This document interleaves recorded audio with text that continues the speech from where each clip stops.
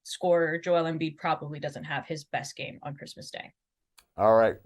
Looking out west, we got the Golden State Warriors visiting your former Denver Nuggets. You're not in Denver anymore, but I feel like there's still a connection there between you and the Denver Nuggets. So Warriors at Nuggets. Warriors obviously don't have Draymond Green, who's out indefinitely as he seeks the help that we all hope he gets. Hurry, Draymond. Thoughts and prayers for Draymond. I know, T's and P's. What do you like on that game, Jenna?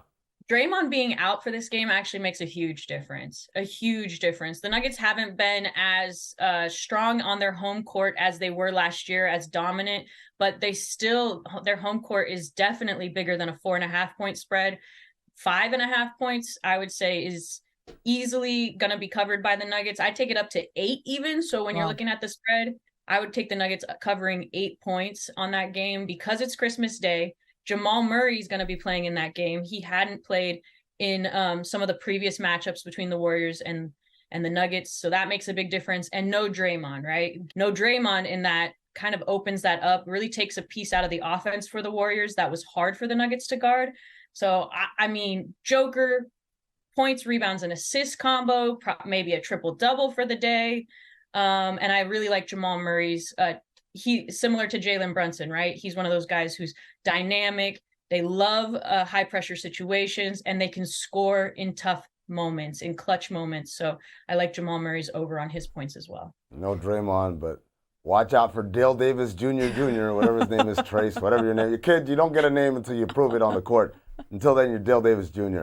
So watch out for that. Now we're staying out west for my Boston Celtics at the Los Angeles Lakers.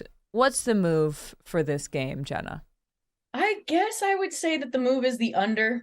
Take the under on points overall. 10-3 Lakers home unders this season. Wow. So 10-3 out of their 13 home games, they're going under, staying under 10 of those times. They play at a different pace. You know, depending on who's going to be in this game is going to be a big factor. I like Jaylen Brown's points in this game for sure. And of course, like I said before, taping today, LeBron always shows up for Christmas Day games. I believe he has hit over 42.5 points, rebounds, and assists in his last 3 Christmas Day games. He's 6-6 against the spread, 6-6 money line on Christmas Day games, but 8-4 on the under. So I like the under in this game more than anything. I'm staying away from Jason Tatum. I'll just tell you that. I'm sorry, Charlotte. Yeah. But I can't trust him with my money. Wow. Yeah. Wow. The untrustworthy Jason Tatum. That's the headline. I wish I could say I wholeheartedly disagree with you, but I'm nervous. So. Charlotte Wilder, quote, between square brackets, Tatum makes me nervous. There it is. That's your headline. All right, let's wrap up the day. Jenna, I'm going to be in Phoenix. I'm going to be at home. Your Phoenix Suns. Not my Phoenix Suns. Not unless Matt Ishbia wants to give me a little cutty cut. And we can change that rhetoric real quick. But in the absence of that, the Phoenix Suns, who play down the street from where I live, playing the Mavericks. This is the late game. Jenna, what do you have for us there? This is probably the toughest game, I would say, to look at for that day just because of the injuries. Derek Lively being out makes a big difference for the Mavs. And if he can't play, it's going to be a layup line for Devin Booker and Kevin Durant on Christmas Day. The one play that I feel really solid about in this game is Luka's points, rebounds, and assists, taking that over. Luka, Brunson, LeBron, these are guys who show up in big games moments. So I really like Luka in that game. As far as the Suns go, I've been fading Kevin Durant's 3-pointers, but taking him over on his points. He's just not taking as many threes. I like that. And then, of course, you got to look at rebounding in that game. You can kind of get some good rebounds for your small forwards, your guards, Luka and Devin Booker, just because they don't have a lot of strong rebounding or presence right there at the rim. Cool.